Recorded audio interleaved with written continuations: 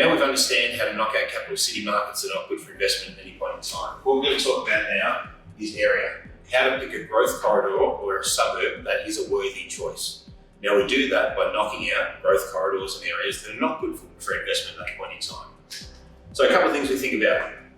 Employment.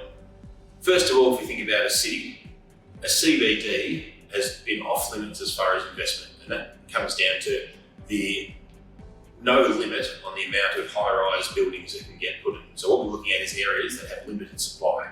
So knock out capital cities. We want to understand industrial areas, major activity centres.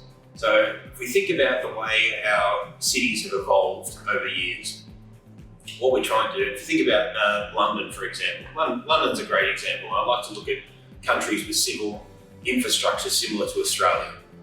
Now we evolved differently to most of these countries overseas. If you think about European countries, the way they evolved was they have a major capital city, and then how far you could travel in a day with horse and cart.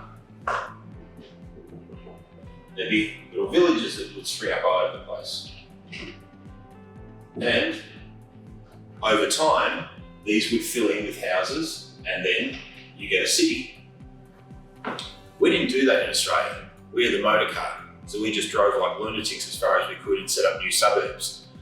The trouble with the government now is, and the ageing population, the baby boomers, the government can't afford to expand our infrastructure.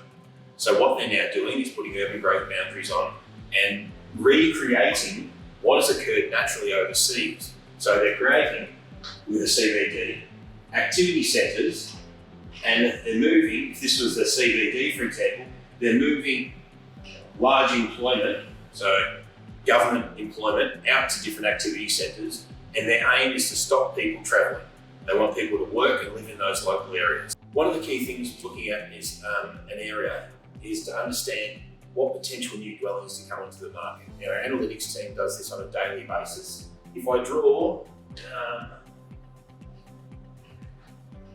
we'll say this is Melbourne. It's not a picture of a tooth upside down. We'll say that's the CBD. Now, I'll use this as an example. Like I said before, there's activity centres all over the place around Melbourne now. What we wanted to do is, if we're considering an area, for example, is to draw a line in a straighter fashion towards the CBD. And if we're considering buying in this area here, for example, the reason we're drawing a straight line to the CBD is because we want to know, most people want to live closer to the CBD. It's just naturally how we've been built. So people like to move in closer. It's not as predominant as it was 20 years ago, but it's still a trend that's occurring. So what we want to do is look along these corridors and look if there's large tracts of land or if there's unlimited height restrictions on buildings that can bring additional supply to market, which would slow the growth of the area we're considering buying. Once again, the analytics team does this for us. If you've got the time to do it, fantastic, but this is a must-have. What we want to do is ensure that most homes in the area are owner-occupiers. So 70% is a good rule, but owner-occupiers bring good community, which means it maintains the level of housing. We target areas with a time frame to lease up 4 weeks. You don't want anything more than 4 weeks to lease out. This ensures you've got a low vacancy rate. Now this excludes units. The easiest way to do it is to check with property managers in the local area. We want to know the area has a quality of housing, so that the area itself, or if we're buying an estate, has a minimum level of quality of housing, so someone can't build a tin shed next to your nice home. We talk about amenities. Now, a real estate agents, the key thing they've got to sell on is it's a nice, safe area, and usually you live in the area, so they say that, or the amenities.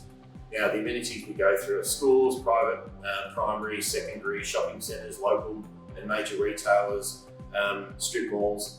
The strip malls, as my kids say, I'm sounding American.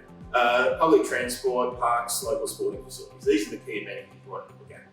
And these are what agents will sell you on. But the fact is, we build good cities. Every area in Melbourne has these amenities, so don't get hung up on amenities. The value indicators that we provide to clients comes down to understanding what new infrastructure is going to go through a growth corridor. So, is there new infrastructure through this growth corridor which is going to bring more population to be able to travel to and from, which is going to increase the demand within a specific area. When new infrastructure goes through an area, it allows for more population, which allows for more pressure on pricing. Employment generators, we've talked about ensuring you've got diverse employment. Employers, and this is once again how activity centres are created, you get a large employer, smaller, medium-sized businesses that hang off that, and then all the peripheral small businesses hang off that. So ensure that you haven't got a couple of large employers, and that takes up the entirety of the employment within that area. Shopping centres, private schools, public transport. When we understand and spend time with councils, and you'll need to do this, go into the local councils and local areas and ask what budgeted infrastructure is in place. Unbudgeted infrastructure takes a long time, many years to get approved, but if you can say what is budgeted infrastructure within this area, which will build out the next 5 years, you'll get an understanding of what's going to go into that area. If you do this once, you'll get excited about it. If you do it on every council in every capital city, you can compare them. This is important because you're going to the first one, they tell you about all the wonderful things they're doing, you get excited by it there, then you realise that other councils are doing more than that. Once again, the checklist is in the back here, which is going to keep you safe. Now we've gone through, we've picked a capital city market that we like, we've gone through and knocked out growth corridors that we don't like.